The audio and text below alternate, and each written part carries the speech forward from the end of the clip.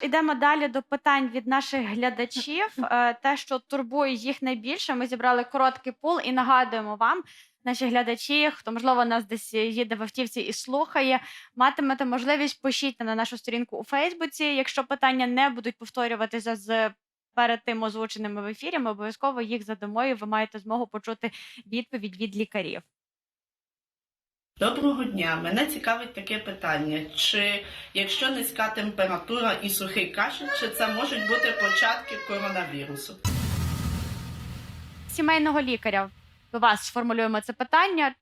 Може, не може, чи так складно визначити? Ну, я не екстрасенс, але дивіться, давайте я просто зразу хочу уточнити ситуацію. Якщо у вас є будь-які симптоми, низька температура, висока температура, помірна температура, сухий кашель, горло, ніс, будь-що, ви, як відповідальний житель України, свого часу пішли до свого сімейного лікаря і свідомо зробили вибір, підписавши з ним декларацію. Ви маєте його номер телефону, ви можете цю декларацію дістати, там є його номер телефону.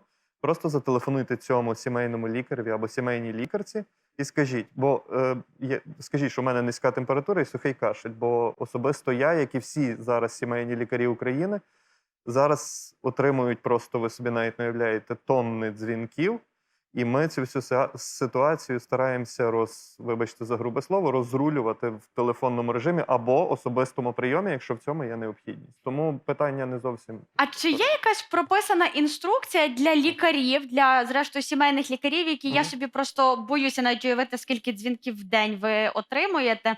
Чи є якась інструкція, наприклад, там опитувальник, так, 10 питань, якщо 8 сходиться, так, це ймовірно має якісь ознаки коронавірусного захворювання? Чи ви просто на слух визначаєте від людини, що її болить, що її скажуть? Це ж, насправді, кожен може собі сам довигадати.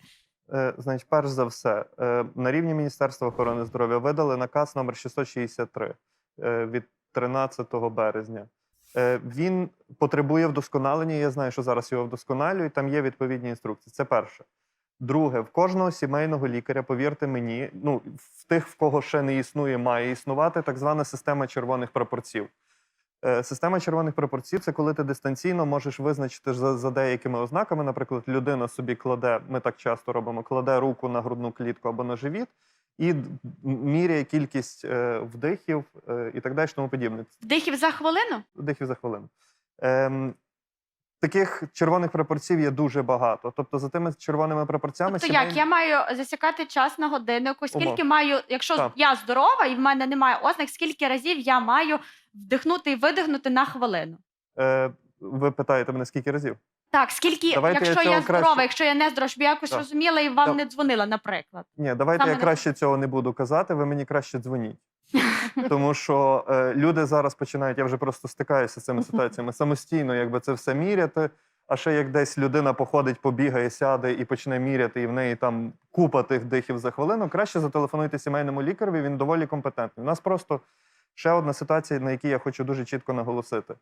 Кожен зараз має займатися своєю справою. Люди сидять вдома за будь-якої найменшої підозри, телефонують сімейному лікареві. Лікарі лікують, профілактують, ізолюють, видають відповідні рішення, приймають відповідальність на себе за це. Влада приймає на себе відповідальність за тести і так далі. Якщо ми всі почнемо, просто багато запитань звучить стосовно того, кого тестувати. У мене одне дуже цікаве запитання. Навіщо це згрубше вам знати? Якщо це потрібно знати владі для того, щоб контролювати ситуацію.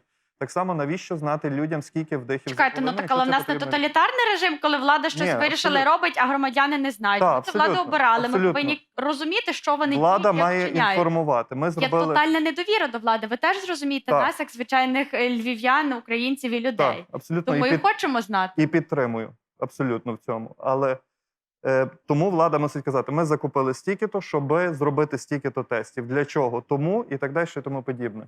Але просто, знову ж таки, кожен зараз на даному етапі, бо це дуже складна ситуація, повірте, і ми ще в ній можемо бути деякий час. Кожен зараз мусить усвідомити свою роль і пам'ятати цю роль. Це дуже чітко.